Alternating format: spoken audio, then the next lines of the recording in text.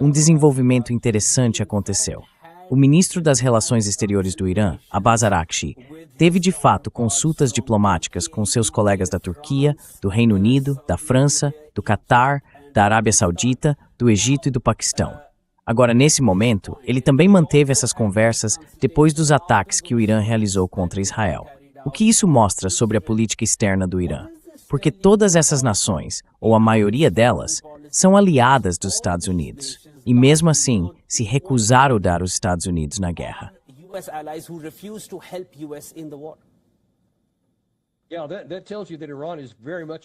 Pois é, isso mostra que o Irã está bem ciente do que está acontecendo.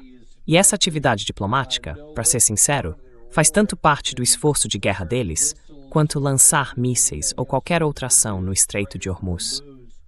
Eles estão fazendo de tudo para criar distância entre os Estados Unidos e seus aliados, dizendo algo como, olha, essas ações aqui, essa guerra que os Estados Unidos e Israel escolheram, estão causando um grande prejuízo econômico no mundo todo. E nós estamos dispostos a acabar com isso, desde que eles também estejam dispostos a encerrar a guerra aqui. Então, o que o Irã está tentando fazer é se apoiar nos interesses e nas necessidades financeiras e de outros tipos desses outros países, para dizer, olha, isso não precisa continuar assim.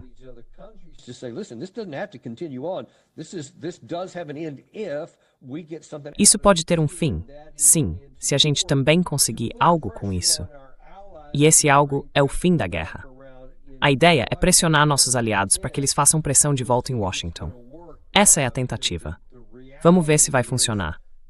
Porque a verdade é que isso está prejudicando os interesses deles, está prejudicando os nossos, e a gente precisa acabar com essa guerra.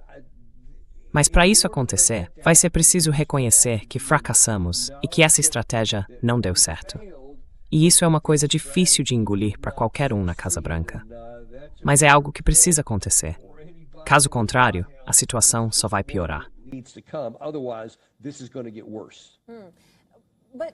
Mas o Trump deixou bem claro que é ele quem manda e não o Netanyahu. Você acha que Israel não está ouvindo os Estados Unidos neste momento? Sim, ele disse isso claramente, mas não foi recebido com tanta clareza em Israel. Acho que isso está bem evidente. O presidente Trump. É por isso que eu digo que ele investiu muito capital político ao afirmar isso publicamente, pela Axios, e também saiu no New York Times e em vários outros grandes veículos nos Estados Unidos. E aí, poucas horas depois, Israel vai lá e basicamente diz ou demonstra algo como: não me importo com o que você disse, vamos fazer o que achamos certo. E você viu, você acabou de mostrar algumas das declarações vindas de Israel. Eles foram bem enfáticos ao dizer: não vamos permitir ser atacados e ficar sem reagir. Não importa o que o presidente Trump tenha dito. Então está bem claro quem está tomando as decisões. E não é ninguém em Washington.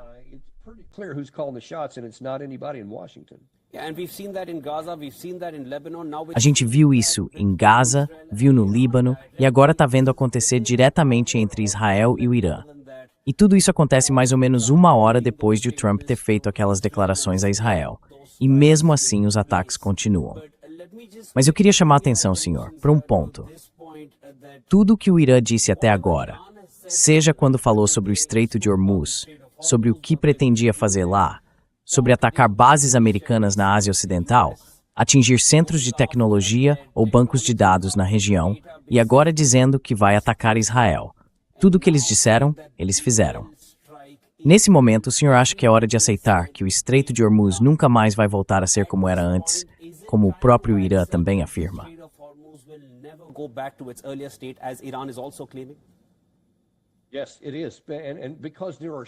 Sim, é isso mesmo. E como existem tantas formas de o Irã manter o controle físico, se navios-tanque ou cargas tentarem passar sem a permissão da Guarda Revolucionária, eles já mostraram que tem várias maneiras de interceptar. Então, do ponto de vista comercial, ninguém vai se arriscar até ter garantias reais de que pode entrar ou sair com segurança do Estreito de Hormuz e de toda a região.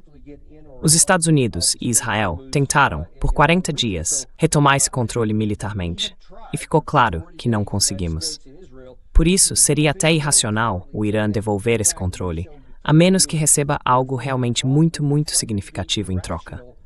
E, sinceramente, não consigo imaginar o que poderíamos oferecer para que eles fizessem isso.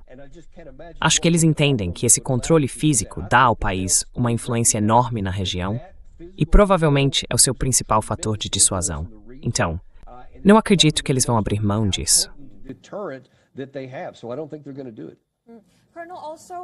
E, coronel, se isso escalar de alguma forma, que tipo de papel os Estados Unidos teriam?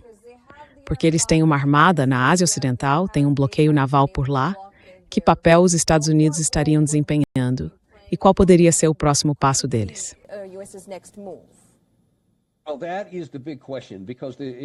Bom, essa é a grande questão.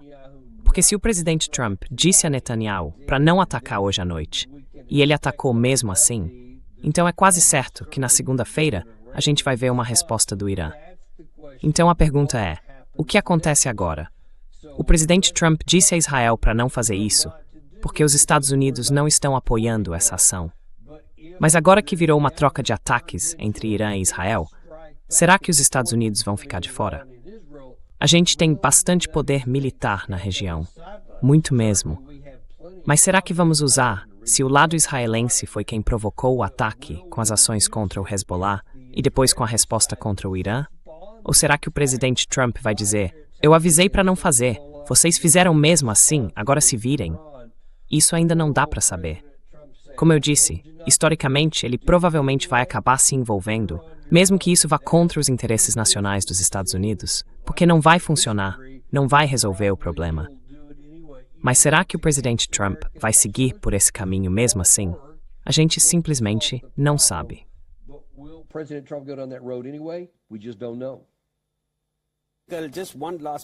Só mais um ponto antes de encerrar.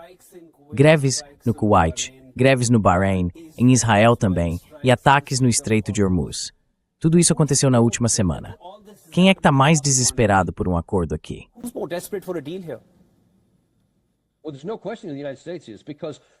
Bom, não há dúvida de que os Estados Unidos estão, sim, porque o dano que está sendo causado ao Irã, e é um dano considerável, aliás, é real. Eu conversei com muita gente no país e na região e todos dizem que não é brincadeira. O bloqueio dos Estados Unidos está provocando sérios problemas dentro do Irã. Mas eles já estão acostumados com isso. Tem uma história de resistência. A cultura deles, a religião deles, se fortalece com o sofrimento. Então, eles conseguem aguentar por muito tempo. Nós,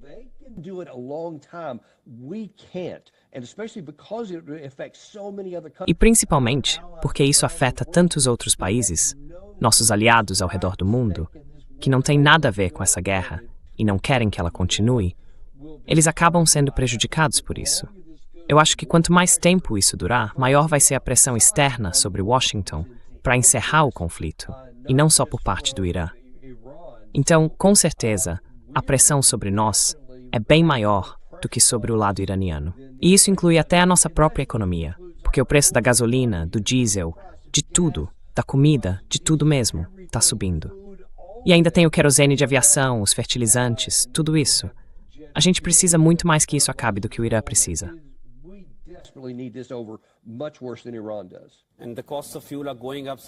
E o preço do combustível está subindo, senhor, tanto aí quanto do nosso lado do mundo também. Essa é uma preocupação que todos nós sentimos no bolso, toda vez que vamos encher o tanque do carro. Então precisamos esperar, observar e torcer para que tudo volte ao normal o quanto antes, ao antigo normal, não a esse novo normal que parece estar se formando agora. Muito obrigado. Conversamos com o coronel aposentado Daniel Davis. É sempre um prazer falar com o senhor. Sempre um prazer.